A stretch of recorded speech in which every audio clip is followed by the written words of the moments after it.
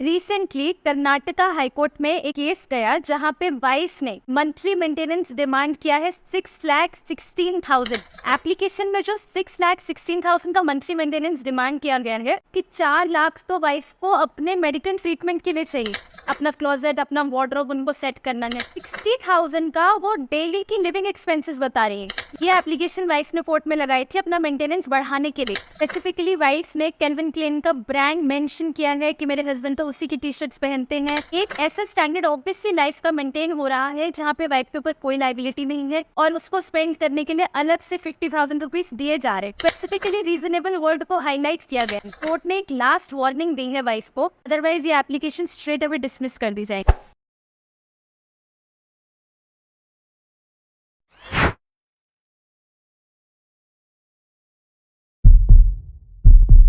सोचा है कभी 6 लाख में महीने में क्या क्या मौज हो सकती है। 6 बार तो महीने में थाईलैंड जा सकते हो और किटी पार्टी में जाने के लिए तो ब्रांड्स को लेके सोचने की जरूरत ही नहीं। क्या ब्रांडेड कपड़े, branded bags, branded goggles and what not. और तो और हफ्ते के 7 दिन आप वीकेंड सेलिब्रेट कर सकते हो। अब सवाल ये पैदा होता है कि ये 6 लाख आएंगे कहाँ से। ये 6 लाख का मुद्दा क्या है, कैसे वाइफ ने हस्बैंड से 6 लाख रुपए मंथली, ध्यान दे मंथली मेंटेनेंस डिमांड किया है। Hi everyone, welcome to my channel shorts of law. इस वीडियो को एंड तक जरूर देखें। अभी तक इस चैनल को सब्सक्राइब नहीं किया है तो सब्सक्राइब कर दीजिए।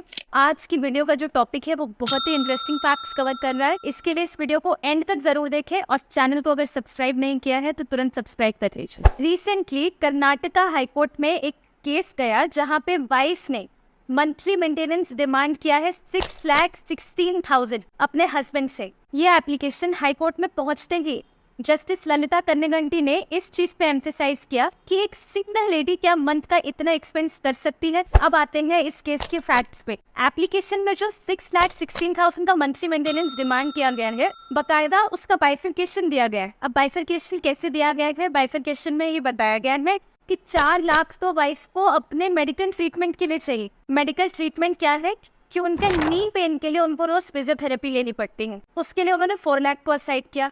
15,000 की हर महीने उनको न्यू ड्रेसेस चाहिए, अपना क्लोजेट अपना वार्डरोब उनको सेट करना है। प्लस 60,000 का वो डेली की लिविंग एक्सपेंसेस बता रही है। तो ये हुआ डिमांड का बाइफरकेशन। अब जैसे ही एप्लीकेशन कोर्ट में जाती है, कोर्ट ने इस एप्लीकेशन को सुनते ही ये बोला, इस केस में कोर्ट ने फाइनेंशियल रीजनेबलनेस पे एम्फेसाइज किया है। मतलब कि ये बोला है कि कोई सिंगल लेडी क्या इतना खर्च कर सकती है, क्या एक महीने में किसी के इतने खर्चे होते हैं। ऑन टॉप ऑफ दैट उस लेडी को 50,000 रुपीज मंथली मेंटेनेंस ऑलरेडी मिल रहा है। प्लस जो चाइल्ड का मेंटेनेंस है, ट्यूशन फीस है, वो अपार्ट फ्रॉम 50,000 है जो ग्रांट किया जा चुका है। ये एप्लीकेशन वाइफ ने कोर्ट में लगाई थी अपना मेंटेनेंस बढ़ाने के लिए। उसको एक्सेस में ये मेंटेनेंस चाहिए था। अब बात यह आई, जब वाइफ से उसका जस्टिफिकेशन मांगा गया तो वाइफ का और वाइफ के काउंसिल का ये कहना है कि जो हस्बैंड है वो भी ब्रांडेड कपड़े पहनता है, उसका लाइफस्टाइल बहुत हाईफाई है और वाइफ वो लिविंग स्टैंडर्ड मेंटेन करना चाहती है जो कि ड्यूरिंग द मैरिज वो हस्बैंड ने प्रोवाइड किया था। वाइफ ने कंपैरिजन किया है कि जो मेरा हस्बैंड है वो खुद इतने ब्रांडेड कपड़े पहनता है। स्पेसिफिकली वाइफ ने कैल्विन क्लेन का ब्रांड मेंशन किया है कि मेरे हस्बैंड तो उसी की टी शर्ट्स पहनते हैं, the lowest cost of which is 10,000। तो कोर्ट को ये सब चीजें बहुत अनरीजनेबल लगी क्योंकि एक ऐसा स्टैंडर्ड ऑब्वियसली लाइफ का मेंटेन हो रहा है जहाँ पे वाइफ के ऊपर कोई लाइबिलिटी नहीं है।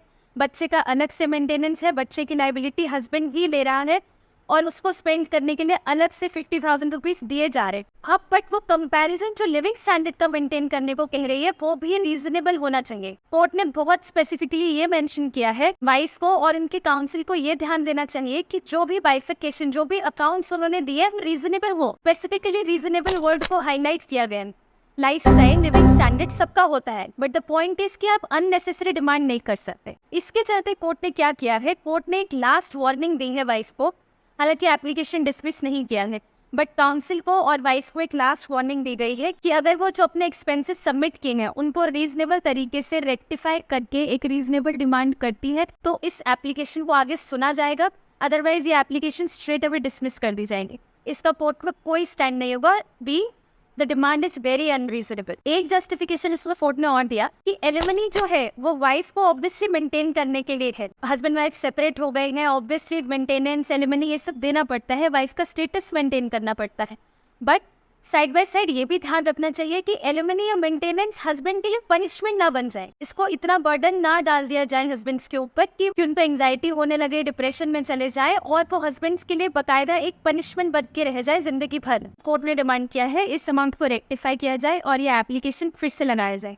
अदरवाइज कोर्ट का एक बहुत ही स्ट्रेट फॉरवर्ड स्टेटमेंट आया है कि अगर वाइफ को 6,16,000 चाहिए तो लेट द वाइफ अर्न, उसके ऊपर और भी वैसे कोई रिस्पॉन्सिबिलिटी नहीं है। इसका मतलब खुद कमाए और खुद खाए। तो इस वीडियो में मेरी एक ही रिक्वेस्ट रहेगी, जितनी भी एग्रीव्ड वाइफ्स हैं जिनके ऐसे केसेस चल रहे हैं, कि जो भी आपका मेंटेनेंस एलिमनी का अमाउंट हो वो एक बहुत रीजनेबल अमाउंट हो, आपके और हस्बैंड के बीच में म्यूचुअली वो जितना जल्दी सेटल हो पाए उतना ज़्यादा अच्छा है। इतना भी मत मांग लो कि हस्बैंड को अपना गुर्दा, किडनी, फेफड़े बेच के ही आपका एलिमनी मेंटेनेंस चुकाना पड़े और फिर भी ना चुका पाए तो क्या करें, मर जाए, उसकी कोई फीलिंग नहीं है। On a very serious note, अपने एप्लीकेशंस को उतना रीजनेबल, उतना अकाउंटेबल रखिए कि आपका प्रोसेस भी जल्दी से कंप्लीट हो जाए, लीगल प्रोसेस का अब्यूज़ भी ना हो, हस्बैंड भी रिलीव हो जाए और आपको भी आपका राइट मिल जाए।